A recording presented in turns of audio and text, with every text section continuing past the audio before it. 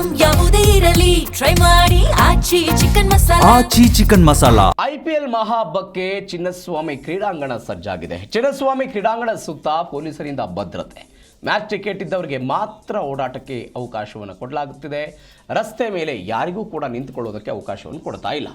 ರಸ್ತೆಯಿಂದ ಎಂಟ್ರಿ ಆದ ಕೂಡಲೇ ಕ್ರೀಡಾಂಗಣಕ್ಕೆ ಡೈರೆಕ್ಟ್ ಎಂಟ್ರಿ ಇರುತ್ತೆ. ಸೋಷಿಯಲ್ ಮೀಡಿಯಾದಲ್ಲಿ ಈ ಬಗ್ಗೆ ವಿಡಿಯೋ ಬಿಟ್ಟಿದ್ದಾರೆ ಪೊಲೀಸರು. ಪರಿಣಿತರ ತಂಡ ವ್ಯವಸ್ಥಿತವಾಗಿ ಕ್ರಮ ವಹಿಸಲಾಗಿದೆ. ಸಾರ್ವಜನಿಕ ಸಾರಿಗೆ ಹೆಚ್ಚಿನ ಬಳಕೆಗೆ ಒತ್ತು ಕೊಡುತ್ತಿದ್ದಾರೆ. Saint Joseph College, Cubbon Park, Garuda Mall, Freedom ಪಾರ್ಕ್ನಲ್ಲಿ ಪಾರ್ಕಿಂಗ್ ವ್ಯವಸ್ಥೆಗೆ ಎಲ್ಲ ಸಿದ್ಧತೆಗಳನ್ನು ಮಾಡಿಕೊಂಡಿರೋದು. ಟಿಕೆಟ್ ಬುಕ್ ಮಾಡುವಾಗಲೇ ಪಾರ್ಕಿಂಗ್ ಬಗ್ಗೆ ಮಾಹಿತಿ ಕೂಡ ಇರುತ್ತೆ. ಪಿಕ್ ಆ್ಯಂಡ್ ಡ್ರಾಪ್ ಆ್ಯಂಡ್ ಎಲ್ಲ ಪಾಯಿಂಟ್ಸ್ಗಳು ಕೂಡ ಅದರಲ್ಲಿ ಇರುತ್ತೆ. ಮಿನಿ ಬಸ್ ಸೌಲಭ್ಯ ಕೂಡ ಇದೆ.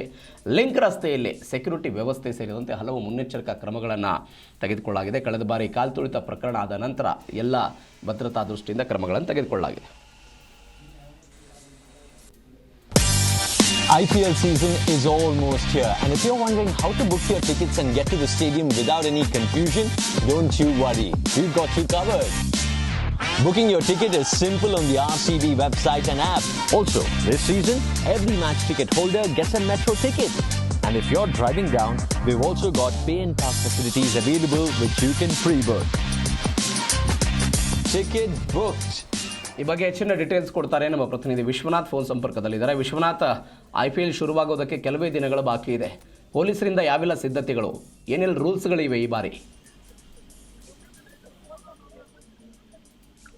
ಪ್ರವೀಣ್, 22ನೇ ತಾರೀಕು 2026ರ ಒಂದು IPL ಟೂರ್ನಿ ಆರಂಭ ಆಗುತ್ತೆ. ಅದು ಡಿಫೆಂಡಿಂಗ್ ಚಾಂಪಿಯನ್ RCB ಮತ್ತು SRH ನಡುವಿನ ಒಂದು ರೋಚಕ ಪಂದ್ಯಕ್ಕೆ ಚಿನ್ನಸ್ವಾಮಿ ಕ್ರೀಡಾಂಗಣ ಸಾಕ್ಷಿ ಆಗ್ತಾ ಇದೆ. ಅಂದ್ರೆ ಸ್ಟಾಂಪೇಡ್ ಆದ ನಂತರ ದೊಡ್ಡ ಮಟ್ಟದಲ್ಲಿ ಸಮಿತಿಗಳ ರಚನೆ ಆದವು, ಪುನಃ ಸಮಿತಿ ರಿಪೋರ್ಟ್ ಕೊಡ್ತು. ಮತ್ತೆ ಪೊಲೀಸ್ ಇಲಾಖೆ ಆಗಿರ್ಬೋದು, RCB ಮ್ಯಾನೇಜ್ಮೆಂಟ್ ಆಗಿರ್ಬೋದು, KAC ಆಗಿರ್ಬೋದು, ಗೃಹ ಇಲಾಖೆ ಆಗಿರ್ಬೋದು, ಎಲ್ಲಾ ರೀತಿಯಲ್ಲೂ ಕೂಡ ಸಕಲ ಸಿದ್ಧತೆಗಳನ್ನ ಈಗ ನಡೆಸ್ಕೊಂಡಿರುವಂತದ್ದು.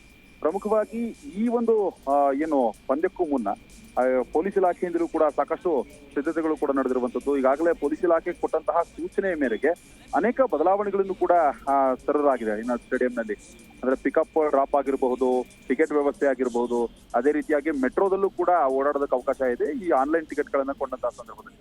ಅಂದ್ರೆ 28 ಅಂದ್ರೆ ಅಮೌಂಟ್ ಅನ್ನ ಪೇ ಮಾಡ್ತಾರಲ್ಲ, ಪೇ ಮಾಡಿದಂತಹ ಟಿಕೆಟ್ಗೆ ಆನ್ಲೈನ್ ನಲ್ಲಿ ಅದನ್ನೇ ಮೆಟ್ರೋದಲ್ಲೂ ಕೂಡ ಪ್ರಯಾಣಿಸಬೇಕಾದಂತಹ ಒಂದು ಅವಕಾಶವನ್ನು ಕೂಡ ಕೊಡಲಾಗಿದೆ. ಸ್ಟೇಡಿಯಂ ಸುತ್ತಮುತ್ತ CCTV ಆಗಿರ್ಬೋದು, 9 ಆಂಬ್ಯುಲೆನ್ಸ್ ಆಗಿರ್ಬೋದು, ವೈದ್ಯರಾಗಿರ್ಬೋದು, ಗರುಡ ಟೀಮು, SDRF, ಹಾಗೇನೆ 500 CCTV ಕ್ಯಾಮ್ರಾ ಮತ್ತು ಮಿನಿ ಬಸ್ ಸೌಲಭ್ಯ ಕೂಡ ಇದೆ.